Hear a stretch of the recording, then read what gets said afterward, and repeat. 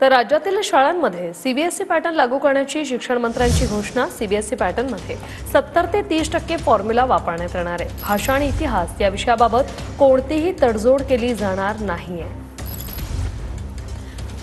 तर शाळांमध्ये CBSE pattern लागू करण्याची घोषणा जी आहे ती करण्यात आलेली आहे।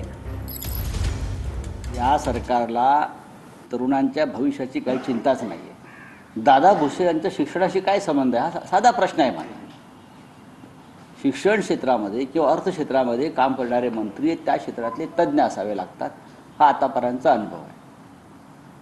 पण गेल्या काही वर्षामध्ये शिक्षण खातं त्याच्यावर नेमलेल्या ज्या व्यक्ती असतात त्यांना ती शिक्षा वाटते। त्याच्यात इतिहास शिकवलाच जात नाही। तुमचा शिवाजी महाराजांचा इतिहास सीबीएसई बोर्डात आहे का विचारा। बेंगॉलमध्ये शिवाजी महाराज शिकवले जातात का तपासा ना। नर्सिंग कॉलेजचा व्यवहार झालाय। महाराष्ट्रामध्ये 500 नर्सिंग कॉलेज देण्यात आलेले आहेत। एक नर्सिंग कॉलेजचा भाव 50 लाख ते 1 कोटी रुपये घेतला गेला आहे। नर्सिंग कॉलेजच्या जे अटी शर्ती नियम होते ते बाजूला सारून हे सगळे उद्योग करण्यात आलेले आहेत। सीबीएसई पॅटर्न लागू करणं स्टेट बोर्डाच्या शाळांमध्ये किंवा जिल्हा परिषदेच्या योग्य आहे, कारण आत्ताची जे काही स्पर्धा चालली आहे, रिक्षावाल्यांचा मुलगा शहरात राहत असेल तर सीबीएसईच्या शाळेमध्ये जातो। आपलाही मुलगा ग्रामीण भागातील शेतकऱ्याचा, शेतमजुराचा, कामगारांचा मुलगा ग्रामीण भागातील सुद्धा सीबीएसई झाला पाहिजे, कारण उद्याला त्याला नोकरीसाठी इंग्रजीवर प्रभुत्व असणं, त्याला उच्च शिक्षण मिळणं हे अनिवार्यच आहे। परंतु ही घोषणा करत असताना त्या ठिकाणी त्या व्यवस्था पहिले करून करायला पाहिजे।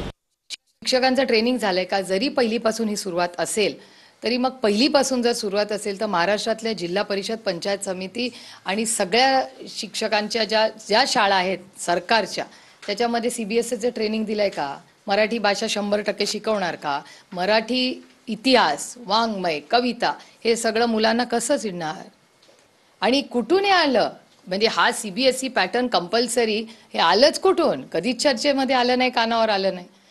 न्यू एज्युकेशन पॉलिसीच्या अंतर्गत जे काही आपल्याला बदल करायचे ते बदल आपण करावेत। त्या पद्धतीने तिथं चांगली एज्युकेशन सिस्टम ही फार प्रायमरी पासून ते फार हायर सेकंडरी एज्युकेशन नाही तर टेक्निकल एज्युकेशन पर्यंत करावे, यासाठी कष्ट करावे लागतात। पण या सरकारला कष्टाचं एक क सुद्धा तिकडे जमत नाही।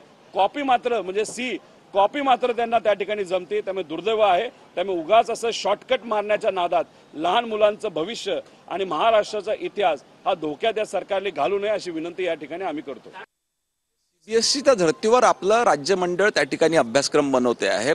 पूर्ण कंटेंट आपण सीबीएसईचे घेतोय आणि आपले पण कंटेंट त्याच्यामध्ये टाकतोय आणि त्याच्यामध्ये आपण पूर्णपणे काळजी घेतोय की आपली अस्तित्वात असलेली शैक्षणिक प्रणाली कुठेही डिस्टर्ब होणार नाही। म्हणजे आपला इतिहास असेल किंवा आपली मराठी भाषा ती निश्चितपणे ते पण राहीलच।